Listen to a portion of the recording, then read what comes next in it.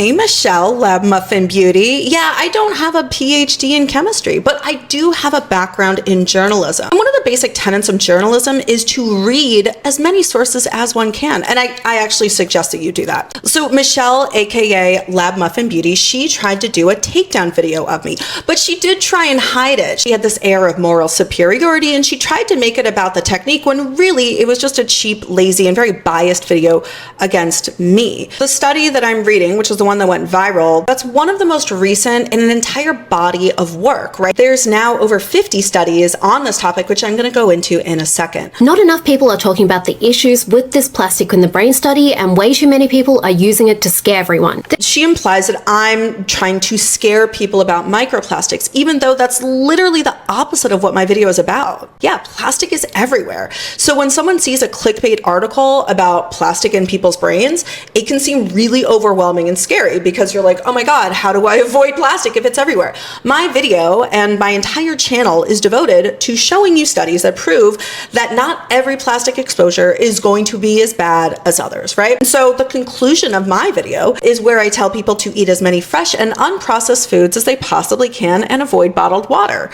So it's weirdly very biased, Michelle, that you didn't mention any of that and you say that I'm just scaring people. Do you disagree? The amounts they saw in a normal adult brain was equivalent to an entire plastic spoon ground down. Michelle, that's actually false. And if you had actually been paying attention to my video and the study, you would see that normal people did not have that much plastic in their brains. And there was also a really disturbing correlation between the amounts of microplastics and those that had a dementia diagnosis. This has actually been found in numerous other studies as well. However, it's unclear whether microplastics aggregate in the brain because that brain is already damaged, or if microplastics are what is damaging the brain tissue. Most of your video was casting doubt on the pyrolysis method for measuring microplastics. If you don't interpret your results correctly, then it looks like there's tons of plastic in the brain, and it's a big enough problem that their conclusions can't be true. And it's also perfect timing because the researchers of that study just had this huge write-up in the New York Times. And Dr. Tracy Woodruff, who is one of the leading microplastics researchers in the country, who did not work on this study but was asked to comment on it, said the estimates they have for how much is in the brain seem high, but that wouldn't negate the findings that they're seeing more plastics over time.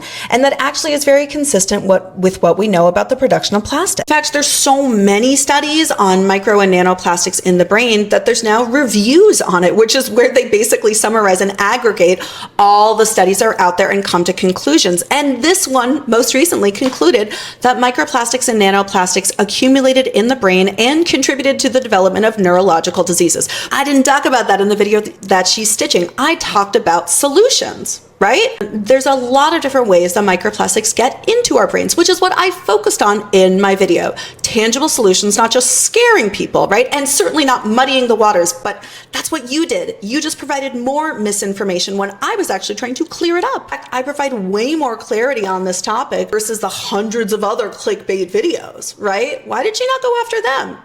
I think it's because I've called her out before for doing the exact same thing, which is downplaying very real risks. Again, there's so many studies showing microplastics in literally every tissue in our body that they've looked for. Like, I can't even list them all. So again, why is she doing this video? Why? Again, I think it's just to take down me, which is sad. Don't get me wrong, microplastics are a huge issue, but the evidence just doesn't really show that they are like an existential threat. I do actually think that microplastics are an existential threat. I didn't say it in that video. I don't think they're an existential threat to our brains, right? Instead, I trust the researchers that have dedicated their lives to this, who say that microplastics are an existential threat to our cardiovascular health and digestive system. The links between microplastics and colorectal cancer are very, very strong. And microplastics unequivocally increase blood pressure and increase our risk for heart attack, stroke, and unaliving. Taking cheap shots against other women creators on this app, it's kind of sad and it's so stereotypical. We should just be friends, but you should read more first. That's what I'd recommend.